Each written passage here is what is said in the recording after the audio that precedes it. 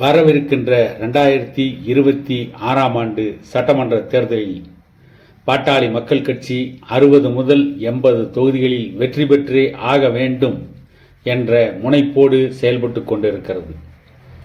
இதற்கு முன்பு நடைபெற்ற நாடாளுமன்ற, சட்டமன்ற மற்றும் உள்ளாட்சி தேர்தல்களில் பல தோல்விகளை பாட்டாளி மக்கள் கட்சி சந்தித்திருந்தாலும் கூட இன்றைக்கும் தன்னை ஒரு மிகப்பெரிய அரசியல் சக்தியாக பாட்டாளி மக்கள் கட்சி வளர்ச்சி பாதை நோக்கி சென்று கொண்டுதான் இருக்கிறது. நடந்து முடிந்த 2021ஆம் ஆண்டு சட்டமன்ற தேர்தலில் அதிமுக மற்றும் பாரதிய ஜனதாவோடு கூட்டணி வைத்து போட்டியிட்ட பாட்டாளி மக்கள் கட்சி 5 சட்டமன்ற தொகுதிகளில் மட்டுமே வெற்றி பெற்றது. இந்த 2024ஆம் ஆண்டு நடைபெற்ற நாடாளுமன்ற தேர்தலில் இறுதி வரை கடுமையான போட்டியை கொடுத்த தருமபுரி நாடாளுமன்ற தொகுதியில் பாட்டாளி மக்கள் கட்சியின் தலைவர் அன்புமணி ராமதாஸ் அவர்களுடைய மனைவி சௌமியா அன்புமணி அவர்கள் கடுமையான போராட்டத்திற்கு பிறகு வெற்றி வாய்ப்பை இழந்தார். இதற்கு பிறகு இனி வருகின்ற 2026ஆம் ஆண்டு தேர்தலில் பாட்டாளி மக்கள் கட்சி எக்காரணத்தை கொண்டும் ஏமாந்துவிடக் கூடாது என்பதில் உறுதியாக இருக்கிறது. அதற்கு ஏற்றாற்போல்தான் பாட்டாளி மக்கள் கட்சியின் தலைவர் அன்புமணி ராமதாஸ் அவர்கள் 2026ஆம் ஆண்டு தமிழ்நாட்டில் கூட்டணி ஆட்சிதான் அமையும், அந்த கூட்டணி ஆட்சியில் பாட்டாளி மக்கள் கட்சி அங்கம் வகிக்கும் என்ற ஒரு கருத்தை தெல்ல தெளிவாக பதிவு செய்திருக்கிறார். அப்படியென்றால் 2026ஆம் ஆண்டு பாட்டாளி மக்கள் கட்சி கூட்டணி வைத்துத்தான் போட்டியிடும் என்பது தெல்ல தெளிவாக தெரிகிறது. அந்த முடிவுக்குத்தான் பெரும்பாலான ஊடகங்களும் வந்திருக்கிறது. யாரோடு கூட்டணி என்பதெல்லாம் 2026ஆம் ஆண்டு தேர்தல் நெருங்கும் சமயத்தில் தெரிய வரும். ஆனால் அதற்கு முன்பாகவே பாட்டாளி மக்கள் கட்சியுடைய நிறுவனர் ஐயா ராமதாஸ் அவர்களும் அன்புமணி அவர்களும் ஒரு மிகப்பெரிய திட்டத்தை வகுத்து செயல்பட்டு கொண்டிருக்கிறார்கள். இதுவரை தமிழக அரசியல் கட்சிகளில் யாரும் தொகுதி தலைவர், தொகுதி செயலாளர், அதாவது சட்டமன்ற தொகுதி தலைவர், சட்டமன்ற தொகுதி செயலாளர் என்று ஒரு பதவியை கொடுத்து அவர்களை முடுக்கிவிட்டு கட்சியை வளர்க்கின்ற ஒரு பிடிவை ஏற்படுத்தவில்லை. ஆனால் பாட்டாளி மக்கள் கட்சி மட்டும் பாட்டாளி மக்கள் கட்சி வெற்றி பெறக்கூடிய வாய்ப்பு இருக்கின்ற தொகுதிகள் என்று ஒரு 80 தொகுதிகளை தேர்ந்தெடுத்திருக்கிறார்கள்.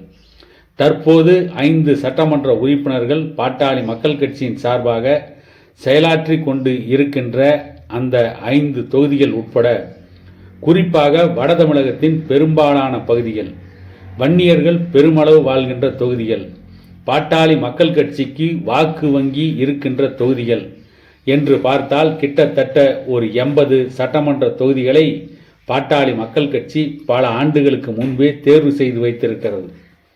அந்த பகுதிகளுக்கு மட்டும் தொகுதி தலைவர் மற்றும் செயலாளர்களை முதல் கட்டமாக நியமனம் செய்து அவர்களுக்கு கட்சி பணிகளை கொடுத்து அதன் மூலம் மக்களை சந்தித்து வரப்போகின்ற 2026ஆம் ஆண்டு தேர்தலில் பாட்டாளி மக்கள் கட்சி அந்த 80 தொகுதிகளிலும் பாட்டாளி மக்கள் கட்சிக்கு ஒதுக்கப்பட்டால்தான் கூட்டணி கட்சி மற்ற தொகுதிகளில் வெற்றி பெறும் என்கின்ற ஒரு சூழ்நிலையை உருவாக்குவதற்கு பாமக தீவிரமாக திட்டம் தீட்டி செயலாற்றி கொண்டிருக்கிறது.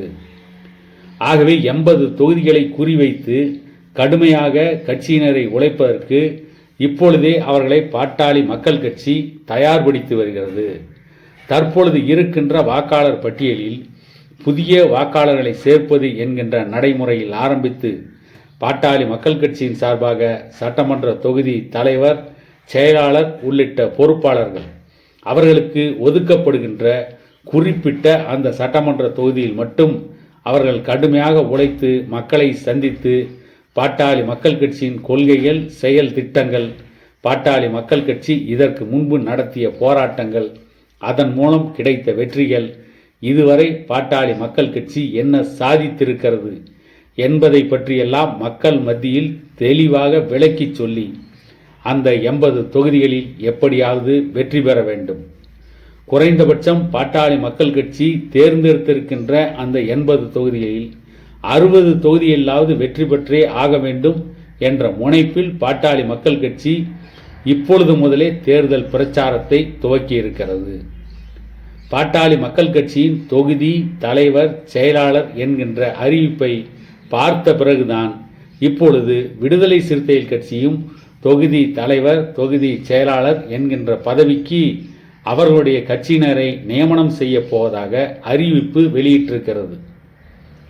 இதைத் தொடர்ந்து இன்னும் பல கட்சிகள் பாட்டாளி மக்கள் கட்சி பார்த்து காப்பியடித்து தொகுதி தலைவர், தொகுதி செயலாளர் என்கின்ற பொறுப்புகளை அவருடைய கட்சியிலே அறிவித்து அவர்களும் அவருடைய கட்சியின் அரசியல் வேலைகளை முடுக்கி விடுவதற்கு முடிவெடுத்திருக்கிறார்கள் என்ற செய்தியும் இருக்கிறது. இருந்தாலும் பாட்டாளி மக்கள் கட்சியுடைய தொண்டர்கள் எப்பொழுதும் களத்திலே தீவிரமாக பணியாற்றுவார்கள், கட்சிக்காக இரவு பகல் பாராமல் உழைப்பார்கள் என்பதால் பாட்டாளி மக்கள் கட்சியுடைய தொகுதி தலைவர், செயலாளர்கள் தேர்தல் பணிகளுக்காக முடுக்கிவிடப்பட்டிருக்கிறார்கள். பாட்டாளி மக்கள் கட்சியின் ஊடக பேரவையும் வெகு வலிமையாக ஊடகத்திலே பாட்டாளி மக்கள் கட்சியின் ஊடக பேரவை செயல்பட வேண்டும் என்று பாட்டாளி மக்கள் கட்சியின் நிறுவனர் டாக்டர் ராமதாஸ் அவர்கள் சமீபத்தில் நடைபெற்ற ஊடக பேரவை கூட்டத்தில் ஊடக பேரவையை சார்ந்தவர்களுக்கு சில வழிகாட்டு நெறிமுறைகளை கொடுத்து இருக்கிறார். டாக்டர் ராமதாஸ் அவர்கள் அந்த வழிகாட்டு நெறிமுறைகள் அடிப்படையில் அவர் கொடுத்த அந்த வழிகாட்டு நெறிமுறையை பின்பற்றி ஊடக பேரவையும் தன்னுடைய பணியை முடுக்கிவிட்டிருப்பதாக சொல்லப்படுகிறது. எப்படி இருந்தாலும் வரக்கூடிய சட்டமன்ற தேர்தலில் 60லிருந்து 80 தொகுதிகளை குறிவைத்து வெற்றி பெறும் முனைப்பில் பாட்டாளி மக்கள் கட்சி இப்போதே தீவிரமாக தேர்தல் களப்பணியாற்றி வருகிறது. அப்படி வெற்றியை பெற்றால்தான் வரப்போகின்ற 2026ஆம் ஆண்டு தேர்தலுக்கு பிறகு அமையப்போகின்ற ஆட்சியில் கூட்டணி ஆட்சி நடைபெறும். அப்பொழுதுதான் அதிகாரத்திலே பங்கெடுக்க முடியும் என்பதில் பாட்டாளி மக்கள் கட்சி தீவிரமாக இருக்கிறது.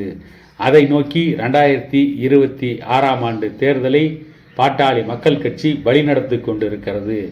அரசியல் அதிகாரம் என்ற மைய புள்ளியை வைத்து கொண்டுதான் பாட்டாளி மக்கள் கட்சி 2026ஆம் ஆண்டு சட்டமன்ற தேர்தலை அணுகுகிறது என்று பாட்டாளி மக்கள் கட்சியின் முன்னணியினரே கூறிக்கொண்டு இருக்கிறார்கள்.